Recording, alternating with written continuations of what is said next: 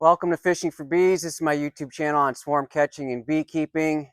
If you're new here, a little bit about us is we catch swarms in Grand Rapids, Michigan area, all the way through Kent County. We've never purchased bees, we've never split a colony, we've never bought a queen, and I'm not anti any of those things. We just keep getting blessed with more swarms to replenish our losses.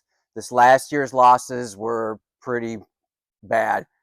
I am contemplating splitting, but I focus on the spring nectar flow heavily, so splitting kind of affects what I can get, so we'll see. Today we're here to take care of these two tall ones. As far as with the quilt boxes still on them, those need to come off. They should have already been off. They're probably building some comb up there. We're going to talk a little bit about how important it is to have extra equipment. If you're new to beekeeping and you bought one colony and you're getting bees, I can guarantee one thing: you are going to be hunting desperately for equipment at some point. You got to have in reserve at least one extra colony, and when you bring it to you with you to the yard, it certainly makes life a lot easier. So you'll see I got an extra bottom board and how we make that happen. At the end there, we got a lot of orientation flights from the 3 that we moved up from our holding yard. Those are 2024 swarm catches that are going into honey production here in our yard. And judging by the orientation flights, I might need to take a peek in those today. The ones that are taped all the way up and the entrances are closed, those are deep frames, full of deep frames with honey that we're going to be able to drop right on those 3 shorter ones down there when the time comes. So I'm going to get geared up, and we're going to start with 3 and then work over to 1. One's always run a little bit hot, as I've always recommend. If you have a colony that's hot, feisty, nasty, do it last. The entrance board here is covered with a bunch of debris. It looks like they might be throwing out the Hive Alive fondant. So that's a good sign that they don't want the fondant in there anymore. That means there's something available in the environment. So we got to clean this up for them, and we're going to rotate them. So most of the activity seems to be in the top. We're going to put that on the bottom, remove the mouse guards. All right, so here we go. We got the Quinn alternative hive tool here. Use that for my bottom boards. Makes life a lot easier. A little bit of ant activity up here. Here's a little look before I smoke them down. Good population of bees. Looks like they're done with the fondant, and they are chucking it out the front possibly. Fondant did its job. It's time to go though.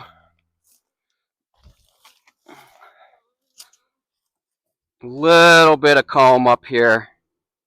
I can see that the population of bees is good. Their temperament is pretty good. I can see they're on every frame in this top box. I'm not going to pull frames. I'm not going to look for the queen. I'm not going to look for evidence of a laying queen, because there's nothing I can do right now. The most I'll do as far as requeening is give them a frame of eggs from another colony, and it's too early for that in this area, because if they produce a queen, that queen still needs to be mated. Quick look at the top here, no drones. I'm so shocked that southeastern Michigan is having so many drones. I saw somebody had a swarm yesterday. That's not happening for me here in North Kent County, Grand Rapids, Michigan. So that's the reasons why I'm not going to look. Why do I need to look? I don't have a solution if I find this colony queenless, or for any other issues. I'm not going to jeopardize the well-being of another colony this early in the season to save this one.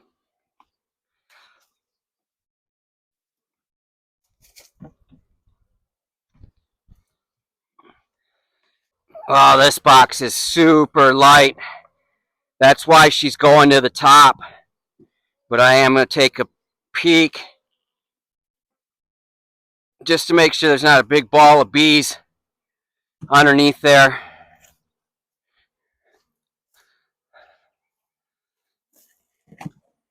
There's some bees still on the bottom board here, but I'm just going to let them find the new home. It's not even that new of a home. It's all the same boxes, slightly moved over. And the problem They primarily were using the top entrance. Top entrance is gone. No longer available. So we'll let them find it at their own pace. I'm not in a hurry. There's not a ton of bees on this board, and I do need to clean off this board, but that's another reason why I put the quilt box in front. Hive Alive over here. Let them find their way. They're very good at finding their way. So that bottom board looks a little messy with dead. As I said, they're primarily using the top entrances right now. So they might just not be cleaning them out. This population is definitely decreased. Quick look. Not looking great. In the past, smoking these girls has really triggered them. So I'm going to hold off just going at it with smoke. I like to sometimes wait to see if I need the smoke. And that other one, there's just too many bees. Maybe 2 frames of bees. And I might be being generous with that. You can see that this one had problems similar to one in our nuke yard. Was scattered dead. They could really benefit from being made into a 10 frame. They might even be a candidate for a 5 frame. So that one's pretty weak. Very weak. There's no bees down here except for dead bees. I will go and scrape this off at a distance. Very weak colony. Hopefully there's some brood in there, but to be pulling frames, looking for a queen, looking for eggs, looking for brood. Again, what am I going to do if I find a problem? Nothing. So I'm not pulling frames. Pissing them off. Jeopardizing their health. There's no solution for me. I'm not going to buy a queen and order it. I'm not going to give them an egg frame. I can't get her properly mated, probably. Again, in this colony, I didn't see any drones. So it's just part of how I manage swarms. You know, they're freebees. So we are going to take a look at these ones we just moved up here. They've only been in 10 frame deeps a little over a week. He's built up 5 over 5. Good population of bees. They'll have the strength to manage another deep. About breaking colony 1 down to a 10 frame. That may only be like that for a week and a half. They'll build up quicker in a tighter spot, more comfortable. Could have just been too much space for them to manage. Plus the dead. I don't think this one's ready for a deep. This one right here had a better population of bees. And boy, they got nasty on the move up here. Angry girls. I think they were caught at trap 1, which is where colony 1 was caught. So we're going to take a look at the dead out equipment. I'm probably going to pull some frames from colony 1's box that was removed because they look like they're ready to be laid up. I got to start doing something with this equipment. If there's some dry frames in here, I want them in the middle. They're real good about rearranging the furniture, the resources. So I could, with pretty good confidence, just drop this on there. That's a good middle frame. So here we go. Here's what I found. Plastic foundation. But predominantly, if not all, worker cells. Here's a starter strip. Some good worker cells. Plastic foundation. A yellow sheet. This is not mine. This was donated. And this should be called. But it looks perfect. So I'm just going to put a C on it. Let me know when I can. That frame needs to be called. It's from a guy caught a swarm at an apple orchard and never got to it my first year keeping bees. Posted on Facebook Marketplace, free swarm because he couldn't get to it.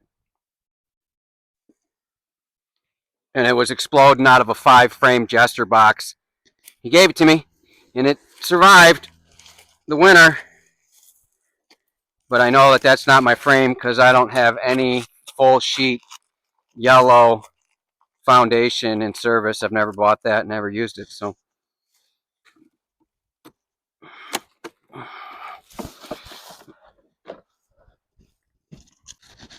not bad. Same thing, same as I've shown in other videos. You know, we want it set up the way they want it.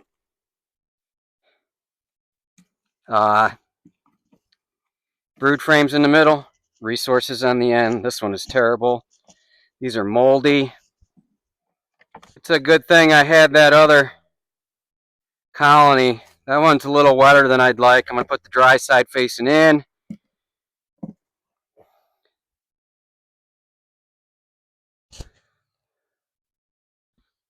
Not the best. Wetter than I'd like. More crystallized honey than I would like. More mold than I would like. This right here is my other spare deeps.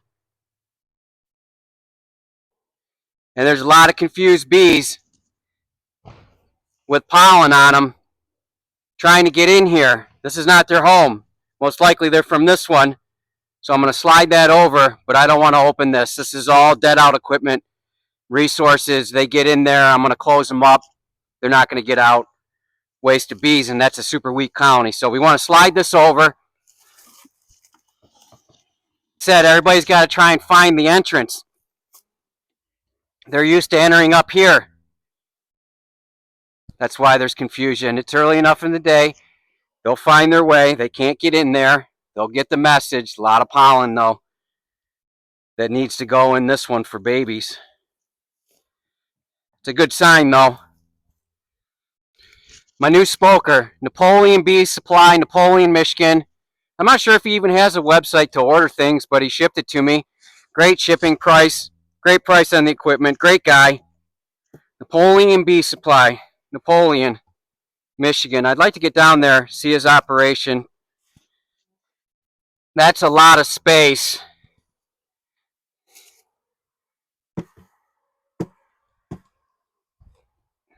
Full disclosure, this move right here makes me a little nervous. From what I previously said about the condition of the frames, size of the colony. This one being so small, that's why we're not giving it one.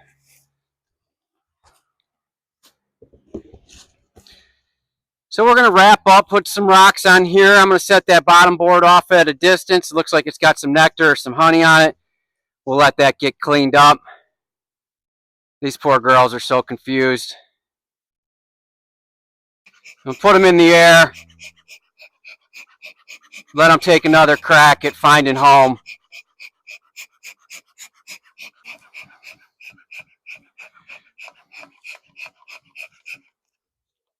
Smoker works.